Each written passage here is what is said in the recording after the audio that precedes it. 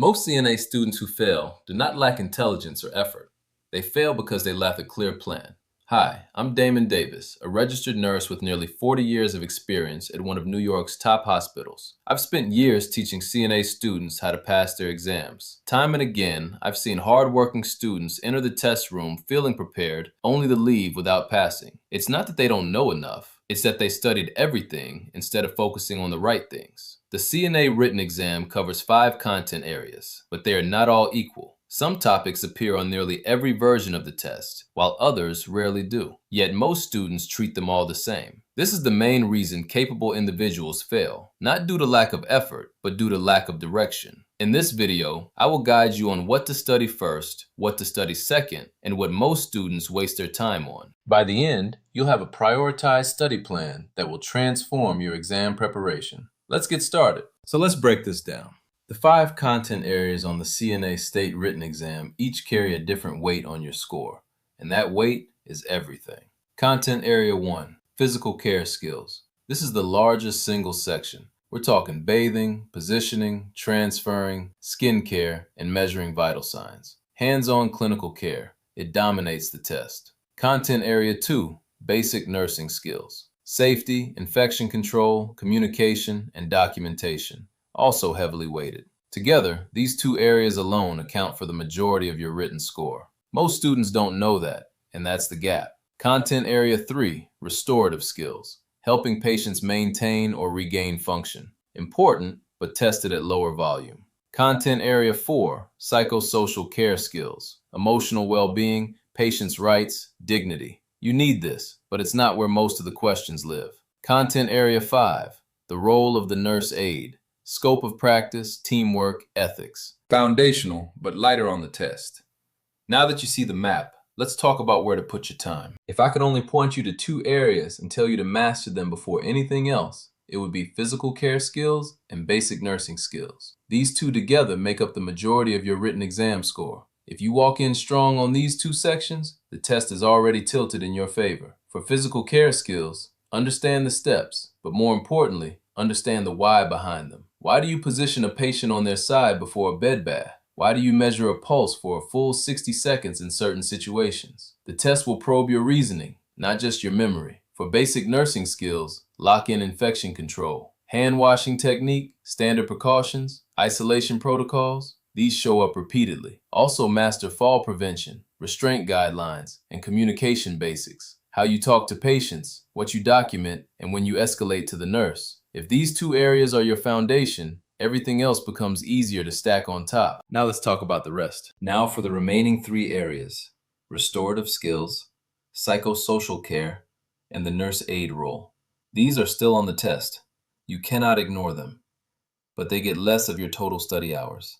For restorative skills, focus on ambulation assists, range of motion, and anything tied to helping a patient maintain independence. The test loves asking you to identify when a patient is doing too much or too little on their own. For psychosocial care, center your prep on patients' rights and dignity. The test puts you in scenarios where a patient is upset or feels disrespected, and they want to see that you listen first, then act. For the nurse aide role, know your scope, what you can do, what you must report, and who you report it to. Now, if you want all of this broken down by content area, with the exact topics most likely to appear ranked in priority order, I put together a focused study guide just for this. It's $7, not 77. The link is in the description. Grab it if you want to go deeper.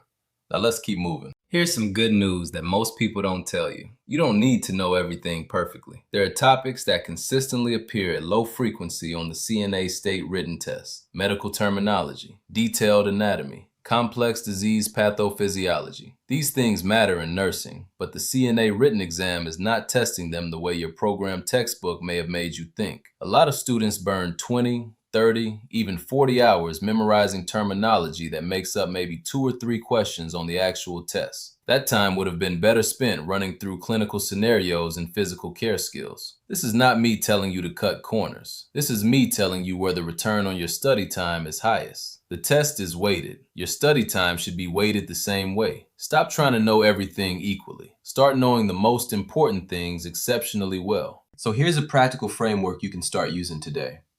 I call it the 60-25-15 split. 60% of your total study time goes to Tier 1, physical care skills and basic nursing skills. These are your highest yield areas. Master the steps, master the scenarios, master the reasoning behind the rules. 25% goes to Tier 2, restorative skills, psychosocial care, and the nurse aide role. You need to know this material, but you don't need to drill it the same way.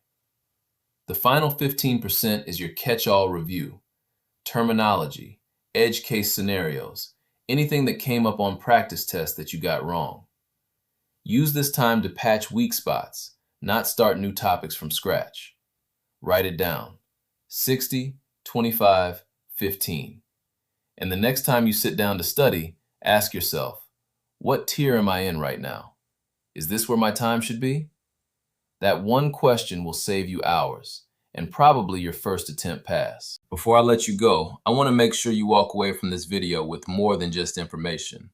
I want you to walk away with a plan. If you haven't already, go grab the free guide I put together for CNA students. It's called 4 Things Every CNA Student Must Know Before Test Day. It covers the 4 strategies I teach every student I work with, including the 4-step framework for the written exam and the foot of the bed pause for the skills test. These are the same strategies that have helped students pass on their first attempt. The link is in the description. It's free. It's waiting for you. Go to damoncdavis.system.io/CNA-free-guide, or just click the link below this video. Download it. Read it before your next study session. And if this video helped you today, hit that subscribe button because we're just getting started. There's a lot more coming, and I want you prepared, confident, and ready to pass. I'm Damon Davis. God bless you. Now go study.